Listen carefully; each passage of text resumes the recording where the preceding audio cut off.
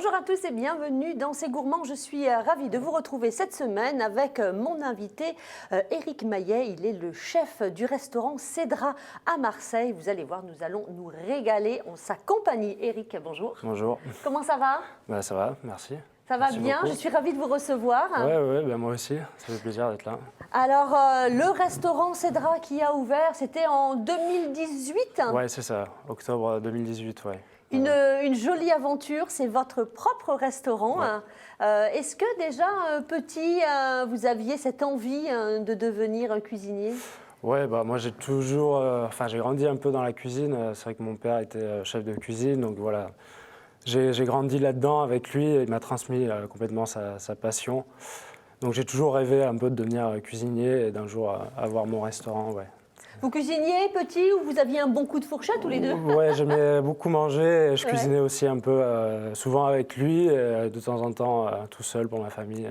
Ouais, j'aimais bien ça. Ça, c'est sympa. Ouais. Donc, ce restaurant, il est rue Breteuil à Marseille. C'est ça. Un joli restaurant bien décoré. Vous avez la chance d'être en plein cœur, au cœur du centre de Marseille. Et puis, vous avez une jolie terrasse. Ouais, j'ai un patio extérieur. Ça fait comme un petit jardin. Donc, Sympa, c'est agréable. Ça coupe un peu, en plus, du centre-ville, du bruit. Donc voilà, le printemps, été, c'est vraiment agréable. C'est sympa, ouais. Dès que ça réouvre, on pourra venir. Ouais, bientôt, j'espère, on ne sait pas. Déjeuner, dîner dans le patio. Votre cuisine, c'est une cuisine du moment, de la saison, de fraîcheur. Alors, vous avez grandi avec un papa, évidemment, qui est donc chef cuisinier également.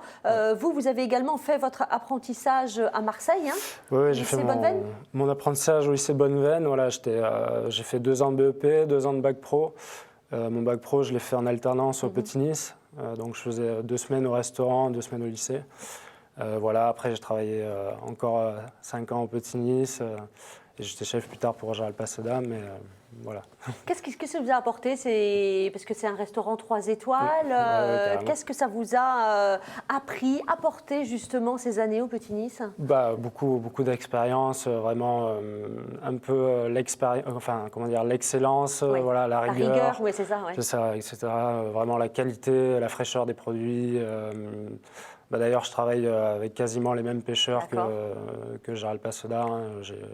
J'ai gardé contact et voilà, c'est vraiment important pour moi d'avoir des produits comme ça de qualité, de fraîcheur, locaux aussi. Oui. Voilà. Alors peut-être que ces années aussi vous ont formé à être votre propre chef ou parce qu'on peut avoir l'envie et puis après vous êtes jeune, donc c'est peut-être pas forcément facile de se lancer dans cette aventure-là. Gérald Paseda, vous avez fait confiance en vous nommant chef, c'était l'Albertine pour Albertine, au DOC. C'est ça, en 2016, oui. Voilà, donc et ensuite vous êtes dit mais moi j'ai envie de faire peut-être aussi ma propre cuisine, c'est ça? Au bout d'1 an et demi que j'étais chef pour lui à Albertine, j'ai senti que ça commençait un peu à vous titiller? Ouais, à me titiller. Je me dis, est-ce que j'aimerais pas...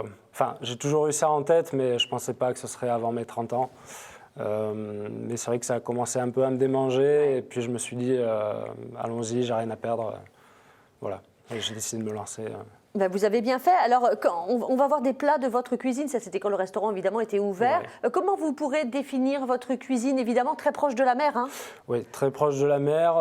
De plus en plus de légumes aussi. Oui. Un petit peu de viande, mais plus de temps en temps. Voilà, mais vraiment basé sur le poisson, ce que j'ai appris chez Paseda, ce que je maîtrise, on va dire. Oui.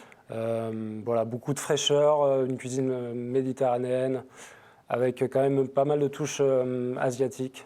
J'aime bien mettre des touches un peu d'ailleurs, un peu de voyage.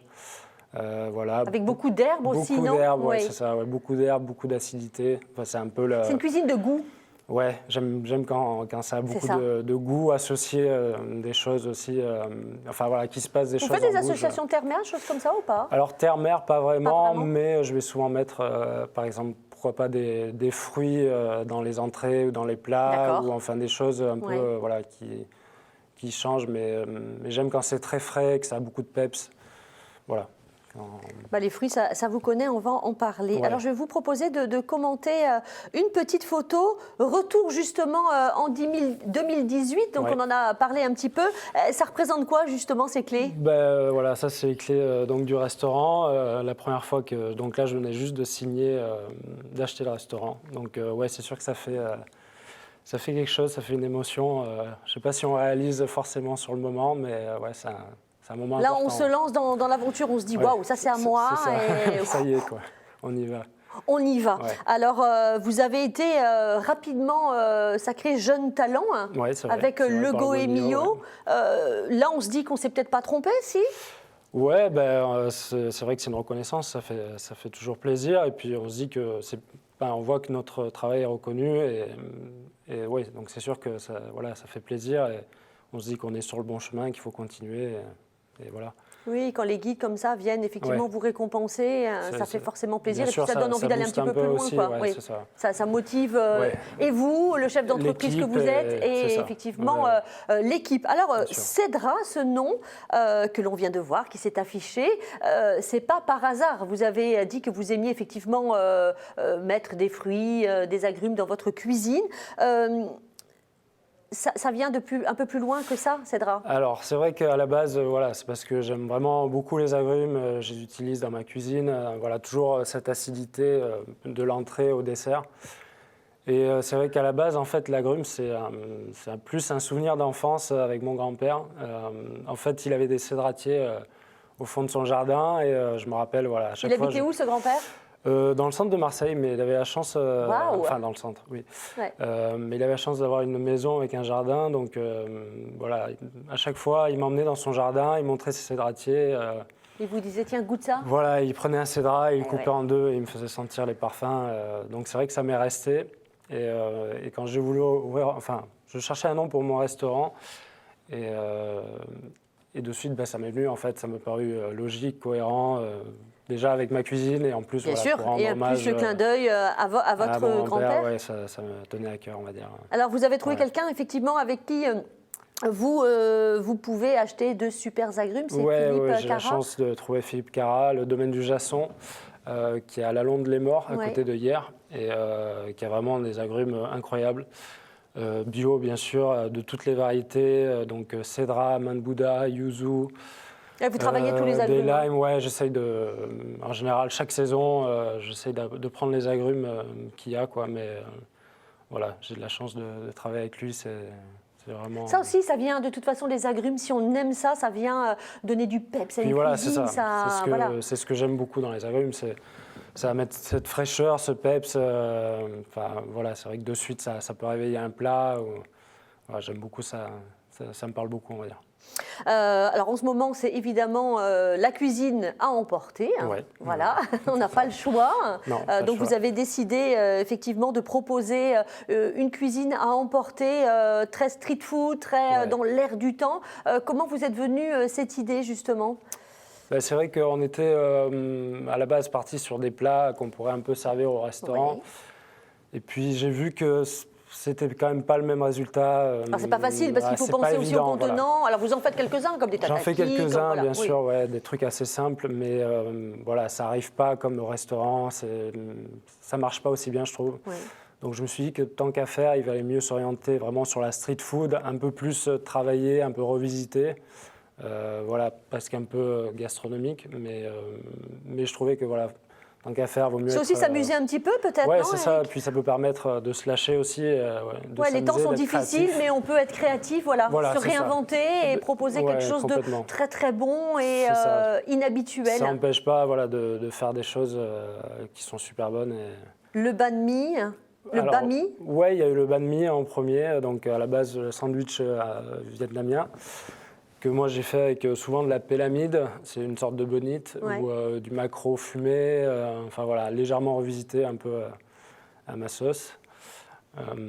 Et puis j'ai vu que ça marchait bien, que ça plaisait, et donc je me suis dit que j'allais continuer bien sûr, vous avez bien fait. Là-dessus. Et c'est là que vous avez sorti le hot fish. Le hot fish, ouais, c'est ça. Qui donne très très envie. Ouais, merci. Rien que de voir la photo sur... même celle-là, elle me donne envie. Hein. Ouais, c'est vrai qu'il est... Sur vos comptes Instagram. Il faudra le goûter à bien sûr. mais c'est trop beau, ça a l'air trop trop bon, quoi. Ouais, gourmand. en fait, je me suis dit que il fallait partir de quelque chose qui parlait à tout le monde, quoi. Donc un hot dog. Et sûr. en plus, je me suis dit que ça se faisait pas vraiment sur Marseille. Et en plus, là, pour le coup, de poisson, parce qu'on est à Marseille, donc je me suis dit c'est dommage que personne ne fasse quelque chose avec le poisson qu'on a ici. Donc voilà, j'ai eu l'idée de faire cette, vous avez eu une super idée. cette saucisse de poisson. Merci. Saucisse de poisson, exactement. Voilà. Je vous propose tout de suite l'interview du tac au tac. Ok, allons-y. Quel est votre souvenir d'enfance gourmand? Voilà, on en parlait tout à l'heure, voilà, ce serait le cédra avec mon grand-père, tous ses parfums.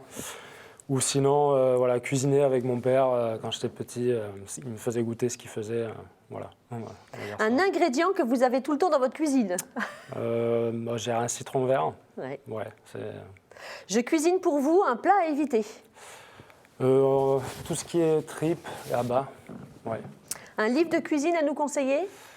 Alors, c'est pas un vrai livre de cuisine, mais c'est écrit par un cuisinier. Ça s'appelle Pour une révolution délicieuse d'Olivier Rollinger. Oui. Je suis en train de le lire en ce moment, en fait, et c'est vrai qu'il se lit très facilement et il est vraiment passionnant. C'est plus sur notre façon de manger, d'être un peu plus responsable, l'écologie, toutes ces choses-là, et ça fait réfléchir. Ça fait réfléchir. C'est intéressant. Une musique pour cuisiner? Ça dépend le moment de la journée. Si c'est le matin, ça va être peut-être plus du rock ou de l'électro pour se réveiller. Et le soir, plus tranquille, bossa nova ou du jazz, pourquoi pas. Voilà. Quand vous ne travaillez pas, qu'est-ce que vous aimez faire? Alors je cours. J'aime beaucoup faire du sport, courir, balader dans les calanques. Je peins un peu aussi depuis pas longtemps. Et après, de temps en temps, ça me tient à cœur. En fait, je travaille avec l'association Sourire à la vie. D'accord, très bien. Donc, c'est les enfants qui ont un cancer, c'est ça. Et de temps en temps, j'essaie de faire des trucs avec eux. Bravo, donc c'est bien ça, Eric. Ouais, ça me tenait à cœur. Ce week-end, on peut vous retrouver au Jardin Montgrand. Il y a une actu, donc ça s'appelle La Crème. C'est ça. Qu'est-ce que c'est exactement et comment on va pouvoir venir déguster vos petits plats, c'est ça? Ouais, c'est ça. Alors en fait, on est 3 restaurants de Marseille. Et on va faire une sorte de street food market donc au Jardin Montgrand, à l'extérieur. Il y aura aussi des personnes qui vont faire des cocktails, d'autres des cafés. Et donc ce sera en formule tapas. Chaque restaurant va faire 2 tapas. Comme on veut, en fait, on peut prendre soit emporter, soit il y aura quelques places bien espacées, bien sûr, pour les mesures Covid. Mais que ça va faire du bien. Ouais, c'est ça. Bien manger, se retrouver en faisant très attention. Ouais, ça va faire du bien à tout le monde. Tous les gens ont envie de se retrouver un peu, de passer un bon moment, de bien manger. Alors n'hésitez pas, effectivement, si vous voulez vous régaler, Cédra, il faut appeler pour avoir les plats à emporter. Faites-nous confiance, c'était notre coup de cœur de C'est Gourmand. Merci beaucoup, Eric, d'être venu dans C'est Gourmand. À très bientôt. Avec plaisir, merci beaucoup. Très belle soirée à vous, prenez soin de vous et soyez gourmands surtout. À bientôt, ciao ciao.